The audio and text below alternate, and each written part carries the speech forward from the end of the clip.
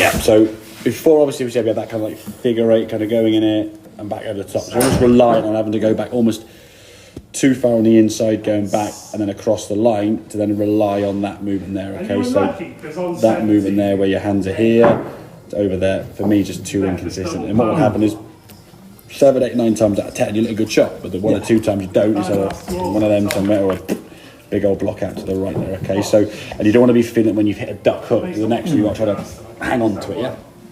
So you're still making your full back. This is the key. You got to try and rotate more. And as we said, if there were some limitations and restrictions in turning, you'd make a turn by collapsing the legs. When you collapse the legs, you make a backswing, but the club then gets behind you and across. And as we said, this one here now, when you made a good rotation, the club now we can see is more online. So now from this position, you're able to move the lower half first. So the transition down now with the arms isn't quite as much as the other one was, where you're going up and down a similar kind of line there as you come back in the ball. Good path in the golf ball. Start on the left hand side, hit your customary fade. You can see it draw and fade from there.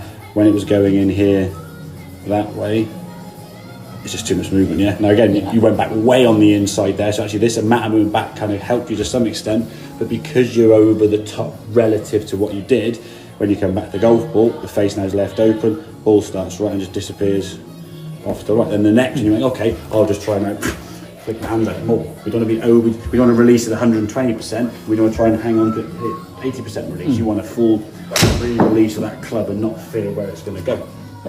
So lower half more stable, still making that good turn. Club's going to be more online, and then when you come back down, the first move now, that little kind of bump there with that left, so the left hip kind of moving out the way there, moving that club down. The club now will then fall into position without you trying to go and drop it. Yeah? I mean, you've got to weight on the end of the club, it's heavier than the grip end. Yeah. If you let gravity work, the club wants to fall down there. Yeah? It's when you use that trying to swing it first, or you've whipped it in here, you've got to crikey, get back that golf ball, and that's your first move. Yeah. So it's going to be over the top and cause some inconsistency with the strike. But yeah, once that club is working on the better line there, it's full release of the target, hit your fade, and happy days, mate. Okay. Yep. Good stuff, buddy. Well done.